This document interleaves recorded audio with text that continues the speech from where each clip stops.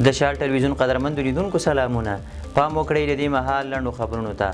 پاکستان پیوار کارت لرونکو افغان کډوالو ته د ستنېدو لپاره یوه میاشت ضرب الاجل وټاکه. پاکستان د پیوار کارت لرونکو افغان کډوالو ته یوه میاشت یعنې د اګست تر 31 مهلت ورکړی چې افغانستان ته د ستنېدو لپاره خپل تیاری ونیسي.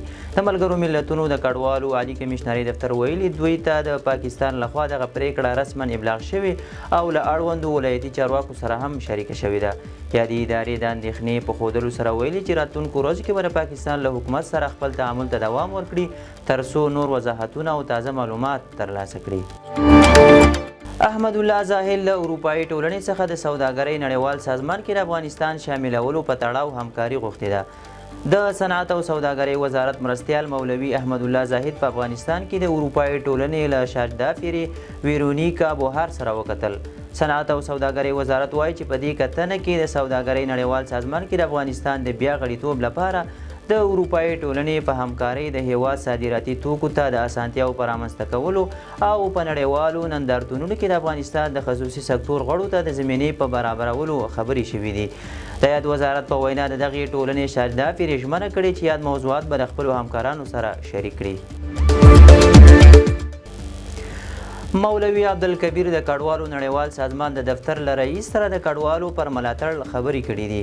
د کډوالو بیرته راستنېدونکو چارو وزیر مولوي عبدالکبیر د کډوالو نړیوال سازمان د دفتر له رئیس محمد عبدیکر او مل پلاوي سره په کتنه کې د افغان کډوالو پر ملاتړ او لا ډېرو همکاریو خبرې کړي دي. د کډوالو بیرته راستنېدونکو چارو وزارت د اعلامیې له مخې په دې کتنه کې ښاغلي عبدیکر د افغانستان د وروستي پرمختګونه او ثبات ستایلې او ویلي دي چې کابل ته د راتګ موخه د کډوالو د ستونزو حل او ورته د لا ډېرو مالي سرچینو جلب کول دي.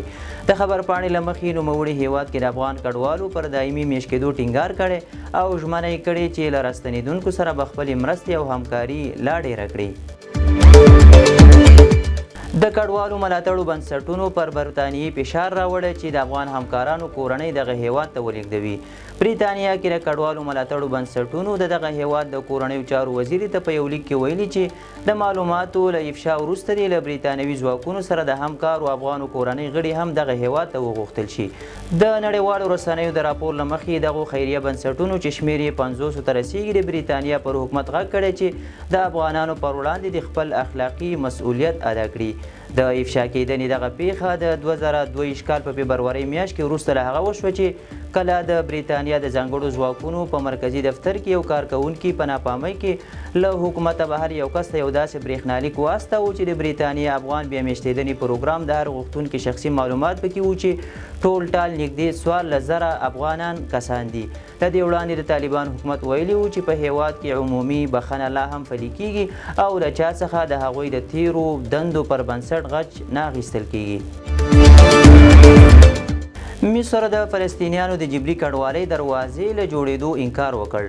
د مصر ولسمشر عبدالفتاح السیسي قاهره کې د ویتنام له ولسمشر لونګ کوانګ سره په ګډه خبري غونډه کې ویلي چې غزه کې جګړه نوره د سیاسي موخو د ترلاسه کولو یا د یرغمل شویو کسانو د آزادولو لپاره نه ده، بلکې دا جګړه د لوږې، نسل وژنې او د فلسطین موخې له منځه وړلو لپاره ګرځېدلې ده.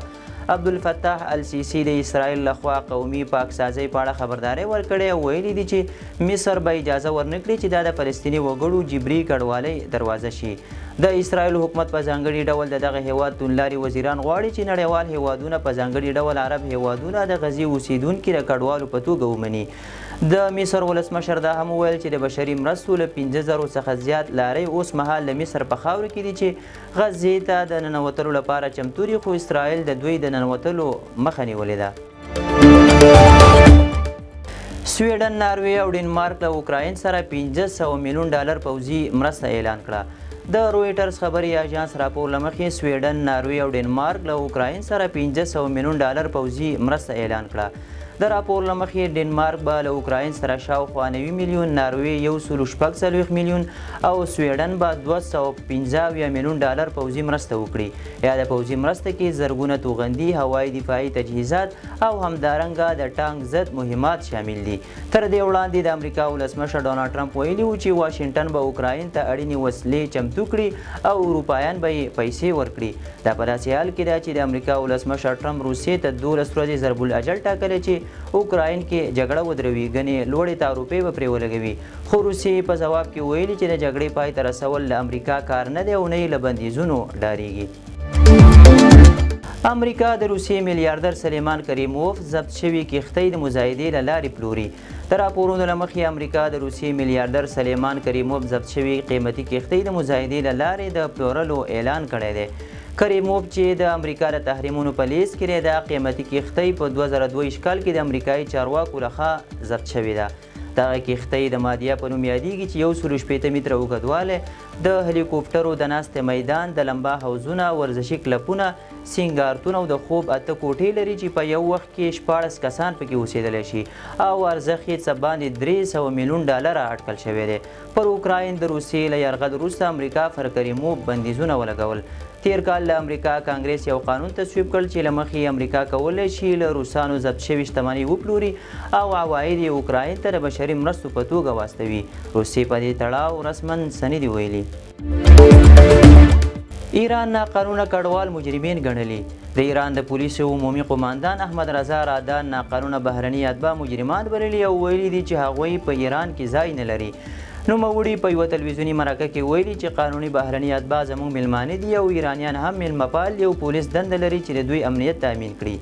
رادان زیاته کړې چې غیر قانوني بهرني وګړي 2 جرمونه کوي، هم د خپل هیواد او هم د ایران له قوانینو سرغړونه کوي. د ایران د پولیسو قماندان څرګنده کړې چې یاد کسان د دوی په هیواد کې نه ځای لري او نه کولی شي کار وکړي. هغه خبرداری ورکړی چې هر هغه څوک دا ډول کسانو ته دنده یا هم کور کرایه ورکوي د جرم مرتکب کیږي. رادان ویلي چې پولیس دنده لري چې غیر قانوني اتباع ونیسي او کیمپونو ته یې انتقال کړي.